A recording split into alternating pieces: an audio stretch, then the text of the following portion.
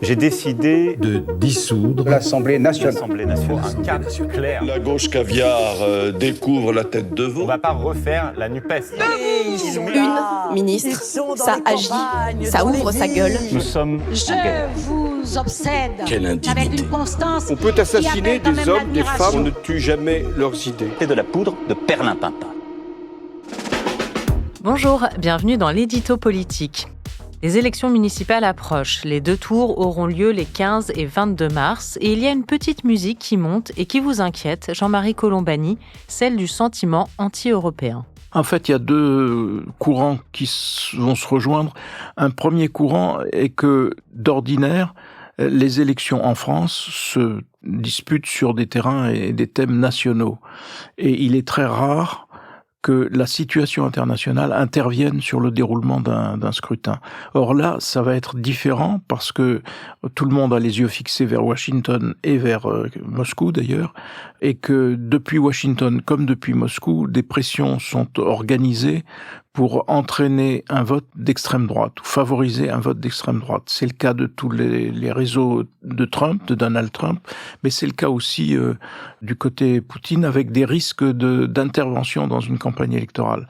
Ça, c'est le premier courant qu'il faut noter parce que il peut avoir pour conséquence un affaiblissement justement du sentiment européen en France.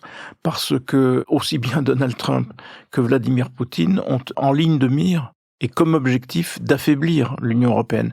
Poutine pour des raisons politiques, de territoire, et Donald Trump pour des raisons économiques. À partir du moment où il rompt avec l'organisation dite transatlantique, il considère les Européens uniquement comme des concurrents et donc il faut absolument les affaiblir. Et les uns et les autres poussent en faveur de ces deux-là, en tout cas, poussent en faveur d'un vote d'extrême droite. Et donc le vote d'extrême droite, contrairement à ceux dont on crédite Marine Le Pen, n'est plus un vote européen comme l'a été celui de Madame Meloni en Italie. Giorgia Meloni, elle avait fait campagne contre l'Europe et elle a une pratique gouvernementale pro-européenne et sans ambiguïté. Marine Le Pen, elle a fait croire à tout le monde qu'elle avait opéré un tournant européen en disant qu'elle acceptait l'euro, mais quand on creuse un petit peu et qu'on regarde les thèmes que le Rassemblement national développe, ils sont de plus en plus clairement anti-européens. Un exemple récent, vote du Mercosur, Emmanuel Macron vote contre, l'extrême droite est contre, tout le monde est contre, il y a une unanimité politique contre. Simplement, quand on pose la question de savoir puisque ce sera voté à la majorité au niveau de l'Union européenne et que donc ça s'appliquera, que pourrait faire la France? Marine Le Pen répond, bien, il faudrait supprimer ou retenir la contribution de la France au fonctionnement de l'Union européenne. Donc il faut sortir. Donc ce n'est rien d'autre qu'une sortie de l'Union européenne. Si on cesse d'apporter notre part au financement de l'Union européenne, c'est une sortie de l'Union européenne.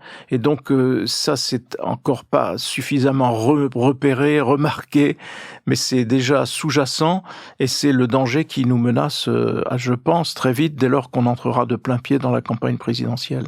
Et pourtant, on aurait pu croire, avec la guerre en Ukraine qui dure maintenant depuis plusieurs années, avec Donald Trump qui lâche son allié européen, que l'Union européenne serait considérée justement comme une valeur refuge, comme une valeur sûre à laquelle les citoyens européens et a fortiori français devraient se raccrocher. C'est pas le cas ? En tout cas, les circonstances devraient obliger ou conduire à un sentiment européen renforcé, en effet, parce que les circonstances sont le danger aux frontières, en fait. Danger d'ordre économique, avec en plus aussi la concurrence chinoise, et danger d'ordre politique, avec ce qui apparaît aujourd'hui comme un véritable objectif politique chez Poutine et un objectif économique chez Donald Trump. Donc, dans un premier temps, c'est un petit peu ce qui s'est produit. C'est-à-dire, quand Poutine a déclenché la guerre en Ukraine, on a vu quand même beaucoup d'analystes et beaucoup de politiques constater que c'était une nécessité du coup pour l'Europe de se réveiller et de changer de dimension, de ne plus se contenter d'être un marché unique, mais de devenir une entité capable de se défendre. Et donc est revenu sur le devant de la scène le thème de la défense européenne. Et puis petit à petit, les adversaires de l'Union reprennent du poil de la bête et compte tenu de ce qu'est, encore une fois, le positionnement de l'extrême droite aujourd'hui, et je ne parle pas de l'extrême gauche, mais ensemble, ils sont un peu sur les mêmes options anti-européennes, ça fait beaucoup de monde. Et donc, ça ne peut pas ne pas retentir ensuite sur la situation française, et cela au pire moment. C'est-à-dire au moment où, au contraire, il faudrait renforcer l'Union, la doter d'une existence politique, la doter d'une défense, et donc repartir de l'avant. Et oui, et j'étais surprise de tomber sur ce résultat d'un sondage commandé par le site Le Grand Continent, sondage Eurobazooka mené fin novembre en France et dans d'autres grands pays européens.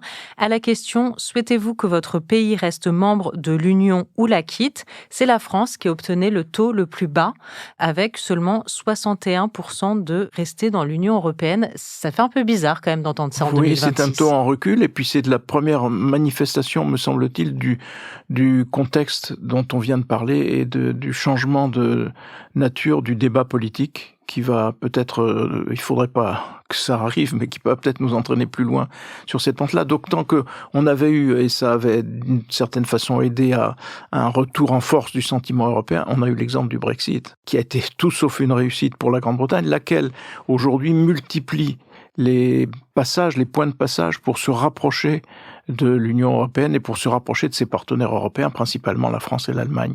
Donc voilà où nous en sommes, et c'est très préoccupant. Et j'espère que ça le sera moins dans quelque temps, mais pour le moment, ça s'engage assez mal. Est-ce qu'on va recommencer à entendre le mot Frexit en France et à voir ces affiches sous les ponts d'autoroute ? Nous verrons ça puisqu'on va suivre, Jean-Marie Colombani, attentivement cette campagne des élections municipales. Merci beaucoup, à bientôt. Merci, Hélène. L'édito politique est un podcast de Slate.fr. Présentation, Hélène Decomer. Prise de son, montage et réalisation, Aurélie Rodriguez.